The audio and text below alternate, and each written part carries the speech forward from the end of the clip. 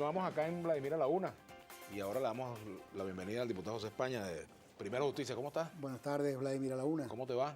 Muy bien, me hice este corte hoy para celebrar la invitación a tu programa. Bueno, yo tengo que emparejarme ya. Muchas gracias.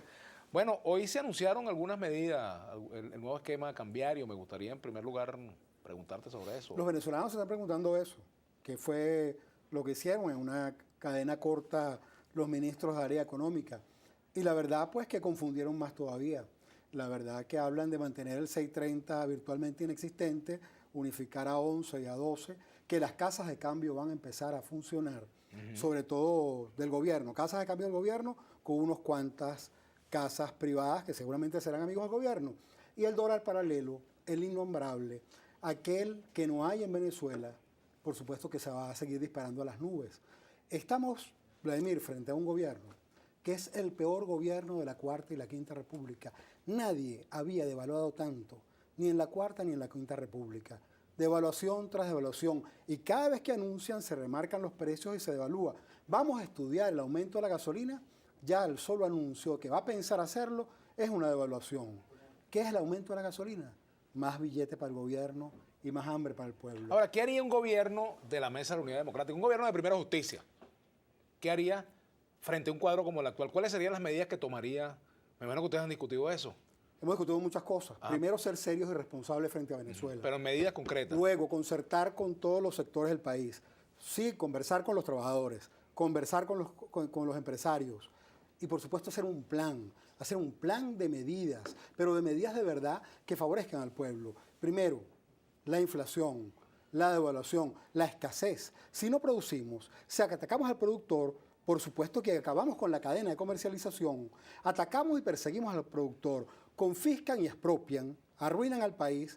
Entonces, por supuesto que no puede ser producción nacional. O sea, necesitamos una gran producción nacional. Necesitamos estimular al sector privado que produzca, pero los trabajadores que quieran trabajar y trabajar mucho para producir en Venezuela. Se trata de rectificar. Cuando Maduro ganó, empató o la cosa estuvo chiquitica, y todos lo sabemos, ha debido rectificar. El pueblo le mandó un mensaje claro: rectifica. No rectificó. Después el pueblo le ha seguido hablando. La caída de Maduro en las encuestas es total. Es como aquel que dilapida una herencia. Es como aquel que acaba con lo que le dejan. La verdad, el PSV está en sus peores momentos de respaldo popular. De verdad que ha ido acabando con el país. Demolieron la economía, demolieron los servicios públicos y han multiplicado la pobreza. De verdad que el gobierno de Maduro no quiere a los pobres. Más de 8 millones de venezolanos, Vladimir, se acuestan sin comer, casi 9 venezolanos se acuestan sin comer. 9 millones de venezolanos se acuestan sin hacer la última comida, sin las 3 papas. ¿De dónde sacas tú esa cifra? Vamos para allá, porque el INE, que es un instituto de maquillaje, pues un salón de belleza, y las maquillas, sin embargo, ha venido reconociendo, y la CEPAL, y un conjunto de organismos hablan del incremento de la pobreza, y vamos casi a la mitad de venezolanos que están en pobreza crítica. Están la mitad, 15 millones de venezolanos están en pobreza.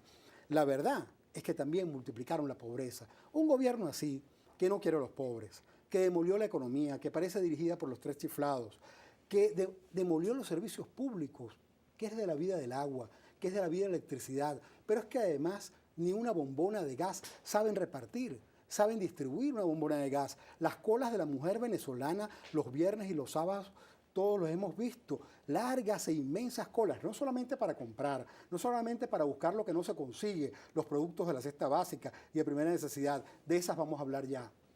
¿Un gobierno de la Unidad Democrática, de la Mesa de la Unidad Democrática, habría aumentado la gasolina?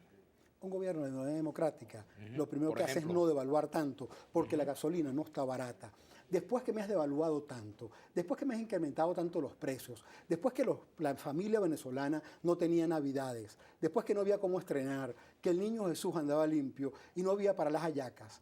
No es que la gasolina está barata, es que el costo del aumento de la gasolina se va a trasladar brutalmente a los pobres. Es que la verdad es que un gobierno de Unidad Democrática primero deja la regaladera, primero no se regala a otros países, luego se para la devaluación, se derrota la inflación y entonces, por supuesto, ahí podemos discutir cualquier ajuste.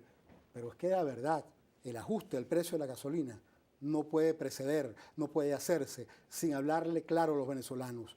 Hacen ajustes, ponen parches, se ponen curitas y no le dicen a Venezuela y no le dan la cara a Venezuela.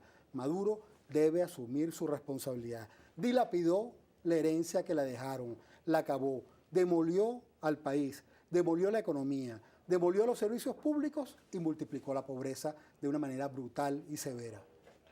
Ahora, estamos en un año electoral. Hay mucha gente que opina que el problema es el costo político, la toma de decisiones. Y quizás por eso el gobierno no se atreve a tomar algunas medidas, pero tampoco la oposición se atreve a decir que las tomaría. Porque hay algunas medidas que la lógica económica indican que tienen un costo político. La seriedad. ¿Tú crees que se puede hacer un gobierno sin tomar medidas en un momento como este que impliquen costo político? Se puede hacer un gobierno serio, se puede hacer un gobierno responsable, porque vamos de verdad a profundizar la crisis. Vamos de verdad a tener mucho más pobres en Venezuela. Vamos a que la gente se siga comiendo un cable, siga pasando roncha y pasando trabajo en Venezuela. ¿Qué es lo que están pasando los pobres? Los pobres de Venezuela ya no quieren a Maduro porque pasan roncha, porque pasan trabajo, porque su vida se ha vuelto muy miserable. Mira, sí se puede ser un gobierno serio. Se puede convocar a todos. Se puede convocar a gobierno y oposición. Se puede convocar a todos los sectores sociales y se puede decir vamos a actuar con responsabilidad. Pero es que montado en un carrito chocón, Maduro se montó en un carrito chocón, pelea con el imperio, pelea con los aliados, pelea con los vecinos, sale a pedir fiado y a endeudarse porque está limpio. De verdad, por supuesto que sin brújula, sin plan, sin proyecto, es muy difícil gobernar, pero además sin responsabilidad. La política económica del gobierno parece dirigida por los chiflados. Tú sabes que vamos a ganar ampliamente la mayoría de la Asamblea Nacional. Y las primeras cosas que le decimos a los venezolanos que vamos a hacer es que vamos a citar a la Asamblea a los ministros de la Economía y los vamos a reprobar, los vamos a censurar para que sean destituidos. Con una mayoría en la Asamblea Nacional, ministro que no cumple, ministro que lo hace mal, va para afuera inmediatamente.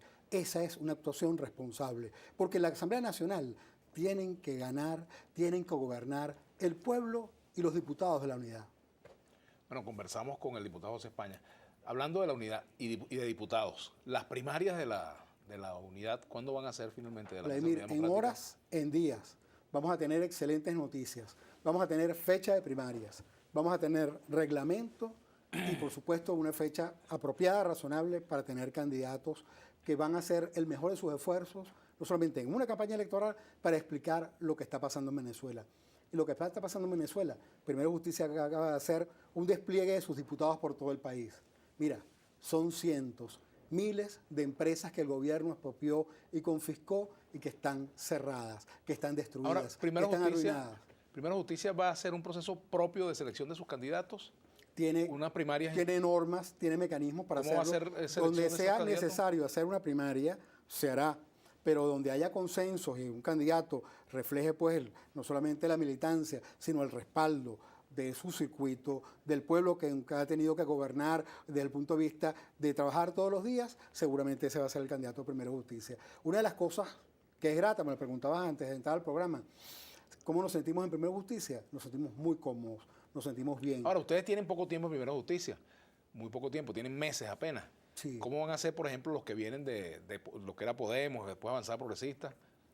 Con nuestro trabajo, con nuestros méritos, con nuestro esfuerzo. ¿No le van a pasar la planadora allá adentro? Mira, no se habla de aplanadoras, un debate de verdad muy profundo, muy amplio, muy cordial de las ideas. Antes de tomar una decisión, se discute y se debate ampliamente. Después de tomada la decisión, es la que se ejecuta.